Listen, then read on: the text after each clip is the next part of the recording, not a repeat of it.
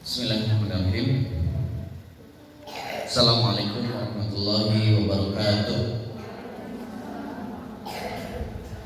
Insya Allah di pertemuan hari ini kaitannya dengan akad nikah ya. Syarat akad nikah termasuk juga di dalamnya ada larangan nikah mut'ah ataupun nikah tahlil seperti apa. Jadi perlu saya review kembali pertemuan kita di sesi sebelumnya, yaitu yang ketiga. Kita sudah berbicara terkait dengan khitbah atau meminang. Misalkan hari ini kita mendapatkan kabar bahwa sudah ada regulasi, nanti silakan searching di Google ya. Jadi sekarang ketika ada pasangan ya yang check-in ke hotel kemudian tidak menunjukkan bukti bahwa mereka itu adalah suami istri, berarti ditunjukkan dengan bukti buku nikah, maka dua orang tersebut, pasangan tersebut akan terkena pidana ya.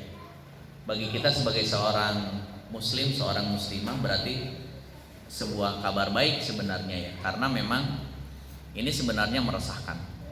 Terus juga kita dapatkan berita yang sebelumnya kaitannya dengan KDRT gitu ya. Terus survei yang dilakukan oleh lembaga konsultan, kita dapatkan sebuah data bahwa ternyata kasus perceraian yang paling tinggi penyebabnya adalah ternyata komunikasi. Penyebab utama ternyata adalah komunikasi, penyebab utamanya. Walaupun yang kedua, yang ketiga penyebab perceraian di situ ada ekonomi, ada dan lain sebagainya. Ya. Terjadinya KDRT dan lain sebagainya itu ternyata di antara penyebabnya adalah komunikasi. Di dalam Islam untuk menuju jenjang pernikahan ini ternyata sangat luar biasa. Kalau itu kan berita-berita yang kita baca hari ini tentang KDRT dan lain sebagainya, itu kan sebenarnya setelah pernikahan. Tapi ternyata di dalam Islam sebelum menuju jenjang pernikahan ini prosesnya sangat lumayan. Ya, kita sampai seri keberapa ini ya? Seri keempat gitu ya. Dari mulai terkait dengan motivasi, dari mulai terkait bagaimana Islam mengajarkan kepada kita tentang memilih pasangan, sampai di pertemuan ketiga kemarin, di pertemuan sebelumnya itu adalah berkaitan dengan meminang atau yang kita kenal dengan khitbah atau lamaran gitu ya. Nah ini juga yang kemarin sudah dibahas ya, kaitannya bagaimana wanita yang boleh dipinang, terus wanita yang meminang wanita saat iddah. Iddah ini adalah jeda ya, jeda seorang wanita yang sudah menikah akibat cerai ataupun ditinggal mati suaminya, ada masa iddah ya, ada masa iddah ya. Yang kita pahami masa iddah ini berarti 3 bulan atau salah sapuru gitu ya, atau 3 bulan kalau tidak hamil. Kalau hamil berarti masa iddahnya adalah sampai wanita tersebut melahirkan. Jadi kalau yang tidak hamil ditinggal mati suaminya ataupun dicerai dalam kondisi tidak hamil, berarti masa iddahnya adalah 3 bulan. Kalau yang hamil berarti masa iddahnya sampai melahirkan. Nah, itu semua kaitannya perspektif seorang perempuan. Kalau laki-laki kan tidak ada masa iddah. Misalkan seorang laki-laki ditinggal mati istrinya, itu tidak ada masa iddah. Hari ini istrinya misalkan meninggal, besoknya menikah lagi, itu tidak masalah kalau dalam sisi fikih ya. Mungkin bermasalahnya dari sisi etika saja. Ini lagi masa berkabung, malah besoknya melakukan atau melangsungkan pernikahan. Kenal kapan gitu ya. Jangan-jangan sebelum istrinya meninggal dia sudah kenal duluan gitu ya. Artinya dari sisi etika saja, tapi secara fikih itu sah-sah saja gitu dari sisi fikih. Kemudian meminang wanita yang dipinang, ya ini tidak boleh ya kalau memang seorang perempuan ada yang melamar, kemudian sudah diputuskan bahwa diterima lamarannya, kemudian ada lagi yang datang, laki-laki yang lain datang. Kalau misalkan sudah diketahui bahwa wanita tersebut sudah memutuskan menerima pinangan laki-laki yang datang sebelumnya, ketika ada laki-laki yang datang kemudian berarti tidak bisa diterima karena sudah menerima dari lamaran yang laki-laki sebelumnya. Tidak boleh. Sampai dijelaskan boleh memandang wanita yang dilamar. Bahkan Rasulullah menganjurkan lihat secara fisik. Ya, tidak boleh, atau Islam tidak menganjurkan hanya melihat dari sekedar biodata ataupun profil foto gitu ya, tidak. Tapi Islam mengajarkan lihat secara fisik, berarti secara ketemu langsung, face to face. Ya. Kemudian juga di sini menjelaskan di pertemuan sebelumnya kaitannya bagaimana walaupun sudah statusnya dipinang, dihitbah, ya, tidak boleh berdua-duaan layaknya pasangan suami istri yang sudah sah. Nggak boleh. Makanya budaya seperti foto berdua yang kemudian itu nanti dijadikan di foto undangan, itu sebenarnya entah dari mana budaya tersebut. Yang jelas Islam tidak mengajarkan itu. Tapi lagi-lagi umat Islam ikut-ikutan dengan budaya-budaya tersebut. Padahal kita nggak tahu itu budaya dari mana gitu ya. Apa istilahnya tuh? Pre-wedding gitu ya. Foto berdua misalkan kalau di Wanarja terus kalau lagi musim apa? Musim gugur gitu ya. Musim gugur atau musim apa istilahnya? Pokoknya daun-daun karetnya itu kering gitu ya. Itu banyak tuh yang sengaja datang ke situ mungkin di aur-aur gitu, terus dipotong gitu kan. Ya. Itu saya pernah ya beberapa kali lewat situ, ada yang memang lagi dipoto gitu, sengaja datang ke situ di kebun karet itu, sengaja dipoto gitu ya. Ya.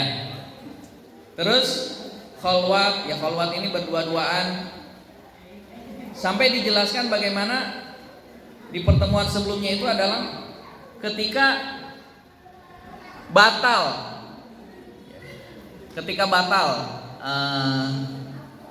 ya tidak jadi gitu, tidak lanjut ke jenjang pernikahan, jadi dibatalkan. Baik itu dibatalkan oleh pihak laki-lakinya ataupun dibatalkan oleh pihak perempuannya. Sampai diatur di dalam Islam bagaimana. Ya. Nah, ini semua pembahasan-pembahasan ini sudah kita bahas di pertemuan sebelumnya. Nah, untuk hari ini kita akan lebih membahas kaitannya dengan akad nikah. Ya, ini poin-poinnya, syarat ijab qabul, redaksi, dan seterusnya. Nah, ini yang akan kita bahas. Namun sebelum kita masuk ke sini, kita perlu memahami ya bahwa di dalam Islam bahwa akad nikah ini adalah sesuatu yang sangat sakral. Ya. Makanya proses sampai menuju akad nikah ini kan proses yang sangat panjang. Ya kan? Proses sampai menuju akad nikah ini sebuah proses yang sangat panjang. Makanya Rasulullah itu ketika proses khitbah betul-betul memastikan, kenapa ada khitbah ini juga memastikan supaya memang betul-betul pilihan calon suami ataupun kalau calon suami berarti kalau laki-laki calon istri memang betul-betul sudah dipertimbangkan segala sesuatunya. Kenapa? Karena yang namanya setelah akad nikah berarti sudah diikat dengan yang namanya janji setia, ya, di hadapan para saksi, bahkan disaksikan oleh para malaikat, ya, dan itu sejatinya adalah pernikahan yang akan dijaga sepanjang hayatnya atau sepanjang hidupnya sampai meninggal dunia, ya, atau bahasa anak-anak muda sekarang mah yang antil jannah teh gini, gitu ya. samara gitu ya, di upload di medsos gitu ya. Akad nikah ini rukunnya ini adalah ijab qabul. Jadi akad nikah itu sama dengan ijab qabul. Ya. Dan menjadi rukun.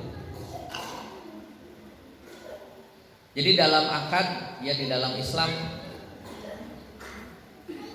ternyata akad ini banyak ya. Cuman yang kita kenal dan memang sering kita saksikan, kita hanya mengenalnya itu adalah akad nikah aja gitu ya.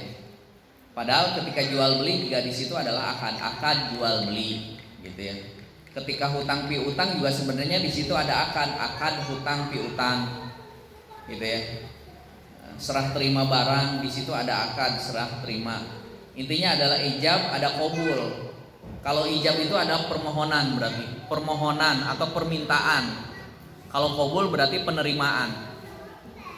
Ya, cuman kita karena yang kita kenal ketika berbicara akad itu adalah akad nikah. Padahal di dalam kehidupan kita sehari-hari itu banyak sekali akad-akad tersebut. Cuman ya kita kurang terlalu memperhatikan akad-akad tersebut. Ya, intinya di sini secara umum ya, akad ini adalah sebuah ungkapan menyatakan sesuatu permohonan antara kedua belah pihak. Itu kan berarti kalau misalkan ya sama halnya ketika meminang juga di situ ada permohonan. Saya ingin melamar putri bapak, misalkan kalau laki-laki. Kemudian kan laki-lakinya itu kan permohonan atau permintaan, ya kan? Dan tentu harus dijawab, baik itu langsung oleh perempuannya tersebut ataupun diwakili oleh orang tuanya. Oh iya, kami terima lamarannya. Itu kan akad, itu sudah akad. Intinya akad ini atau ijab qabul ini adalah ungkapan permohonan, itu berarti ijab. Kalau qabul berarti ungkapan penerimaan, diterima atau tidak permohonannya. Nah, baru selanjutnya adalah syarat. Ini ya, ini syarat al-ijab wal qabul. Syarat-syaratnya dijelaskan di buku ini ada 4. Yang pertama adalah tamyiz. Ya sudah jelas ya. Kalau saya baca-baca di hukum undang-undang nikah yang tahun 2000, yang terbaru 2016 berarti ya. Kalau undang-undang nikah sebelumnya kan yang tahun 1974, wanita itu usia minimalnya berapa tahun menikah? 16. Ya, wanitanya 16 tahun, laki-lakinya 19 tahun. Itu yang tercantum dalam undang-undang kita. Tapi direvisi di tahun 2016 kalau nggak salah, undang-undang tahun nomor 28 2016 direvisi menjadi baik itu laki-laki ataupun perempuan usia minimal sudah menurut undang-undang yang ada berlaku di Indonesia di usia 19 tahun. Ya, makanya kalau misalkan ada yang kecelakaan, ya kan? Makanya kalau ada yang kecelakaan, misalkan anak-anak SMA gitu ya, kemudian sudah hamil duluan karena aib keluarga gitu, misalkan dinikahkan, itu biasanya ada proses semacam pengajuan kepada pihak KUA karena dianggap usianya belum sampai 19. Kalau di sini kan kalau bahasa fikihnya adalah tamyiz. Kalau bahasa fikih tamyiz sebenarnya usia berapa? Tamyiz ini berarti kan kalau usia secara biologis ya. Sebenarnya kalau di Islam itu ada istilah balik. Ada istilah balik. Kalau perempuan, tanda bahwa perempuan tersebut sudah balik ditandai dengan haid. Ya. Dan perempuan sekarang haid, anak kelas 2 SD sudah haid. Ya. Kelas 2 SD. Kelas 2 SD, kelas 3 SD 9 tahun. 9 tahun itu sudah rata-rata sudah balik perempuan sekarang. Ya, anak perempuan sekarang 9 tahun sudah balik. 10 tahun gitu ya. Jadi lulus SD itu rata-rata sudah balik. Berarti kalau lulus SD usia 12 tahun. Ya. Tetapi dalam peraturan perundang-undangan yang berlaku di Indonesia, jadi dianggap sudah mumayyiz, kalau dalam bahasa fikihnya poin yang pertama itu usia 19 tahun. Kemudian yang kedua adalah kesamaan majelis ijab dan qabul. Ya. Ada di majelis tersebut. Walaupun nanti ada pembahasan bagaimana ijab qabul salah satunya tidak hadir. Nah, ini bagaimana? Nanti ada pembahasan selanjutnya. Kemudian yang ketiga adalah ala yukhalif al-qabul al-ijab. Qabul tidak menyimpang dari akad, kecuali yang mengarah ke yang lebih baik. Ya, misalkan saya nikahkan putri saya yang bernama dengan mahar 100 gram misalkan. Yang calon mempelai laki-lakinya saya terima nikahnya putri bapak bernama ini Fulanah binti dengan mahar 200 misalkan. Ada perbedaan kan? Jadi ijabnya 100, qabulnya 200. Nah, itu tidak masalah kalau dalam sisi fikih. Dari sisi fikih itu tidak masalah. Ya. Saya pernah menghadiri ini kejadian ya. Jadi saya pernah menghadiri karena sekarang itu kan kalau mahar suka unik-unik gitu ya, ada koma-komanya gitu. Nggak tahu itu apakah menyesuaikan tanggal gitu. Pokoknya ada koma 2, ada koma 3 gitu ya. Ternyata ketika nilainya lebih tinggi itu tidak masalah. Tapi kalau lebih kurang, nah itu tidak bisa.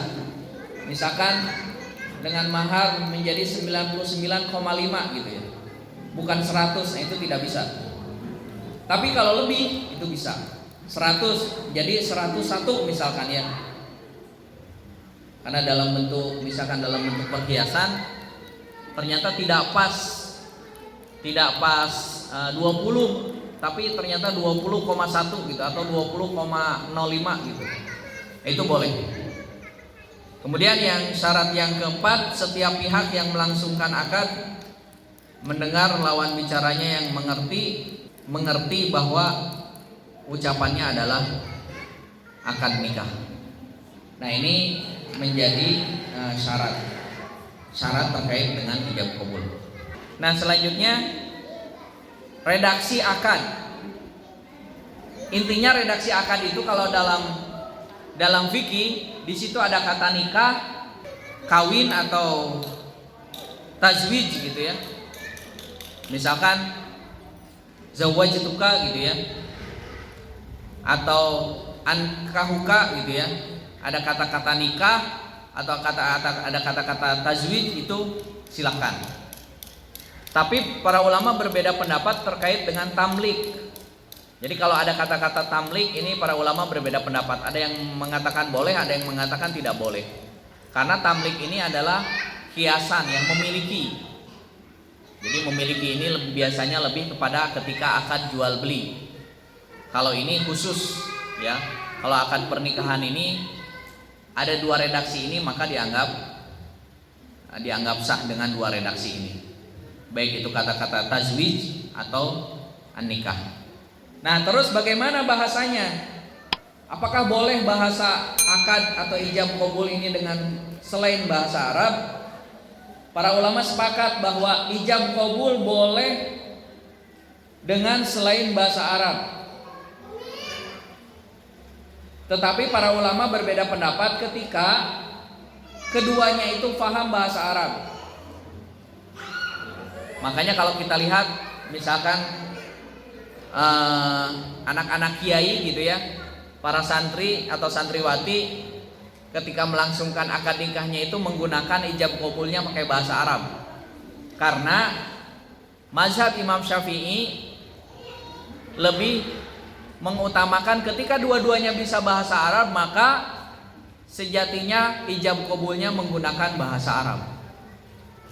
Itu mazhabnya Imam Syafi'i. Makanya wajar kalau misalkan kita lihat di tayangan-tayangan video gitu ya, anak-anak kiai atau para santri, santriwati gitu ya, ketika menikah mereka ijab qabulnya menggunakan bahasa Arab. Gitu. Di sini ada yang waktu ijab qabulnya pakai bahasa Arab? Sudah lupa? Selanjutnya, pernikahan orang bisu tidak bisa ngomong, gimana akadnya? Ijab qabulnya bagaimana? Ternyata dalam fikih disebutkan bisa melakukan ijab qabul dengan menggunakan bahasa isyarat.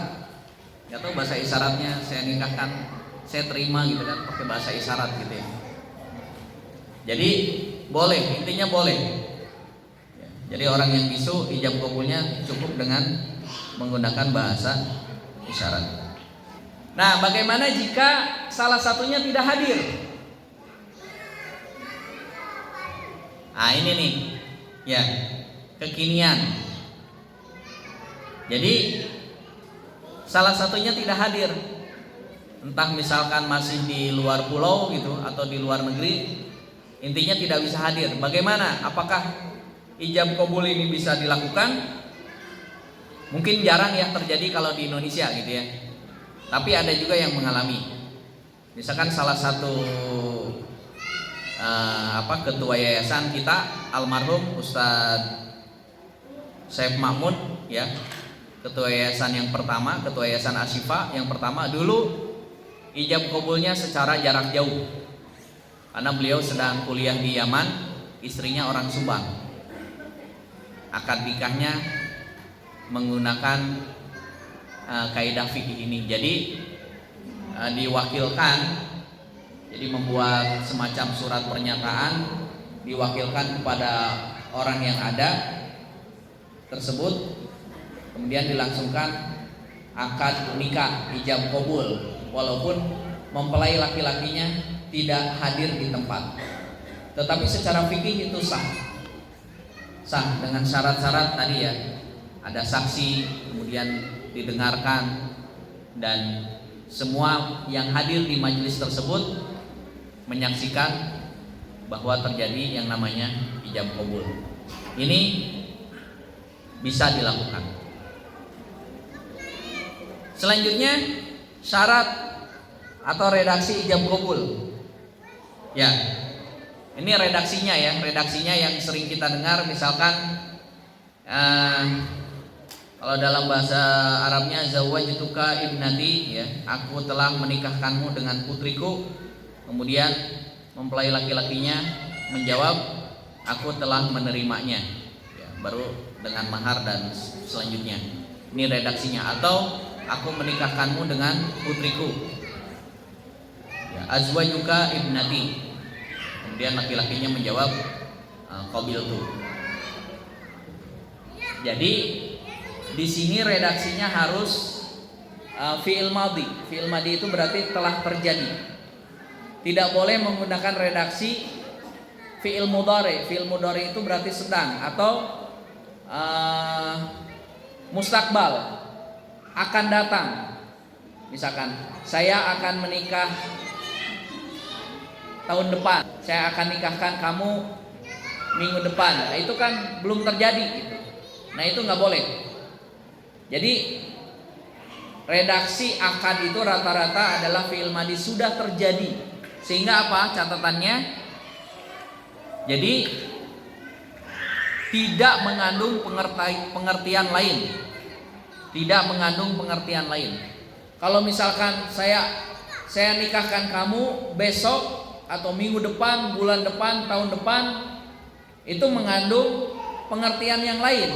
Bisa jadi besok tidak jadi nikahnya, pekan depan gagal nikahnya, tahun depan apalagi.